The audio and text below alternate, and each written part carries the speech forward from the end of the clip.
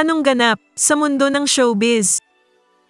Tila nagpantig ang tenga ng TV host na si Vice Ganda matapos mag-tweet ang isang netizen na umasa lang daw ang kanyang nanay sa kanya para makaraos sila. Ito'y patungkol sa diskusyon kung tama ba ang pahayag ng nanay ni Andrea Brillantes hinggil sa pagiging breadwinner ng anak na pag-aaral ang kapatid at napagawa ang kanilang bahay. Hindi ako fan ni Blythe or kahit sinong artista, pero kung yan ang punto mo, abay isali mo na lahat ng nanay ng mga artista na umasa sa kanila gaya ng nanay ni Vice Ganda, nanay ni Francine, nanay ni Catherine B, nanay ni Bea Alonzo, etc. Lahat po sila breadwinner. Saad sa tweet na sinapla agad ni Vice. Excuse me, never umasa sa akin ang nanay ko. Nagpakabayani siya sa ibang bansa para makapagpadala sa amin sa Pinas at makaraos kami. May ipon ang nanay ko.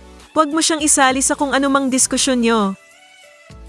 Matatanda ang naging mainit na diskusyon online ang naging sagot ni Belle Brillantes na nahaharap sa kontrobersya kung paano raw pinalaki ang anak na si Andrea.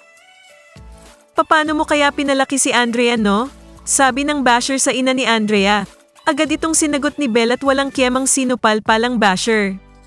Paano? Napagtapos niya sa school mga kapatid niya. Nakapagpagawa ng bahay. May sariling negosyo. Ikaw, anong ambag mo sa mundo?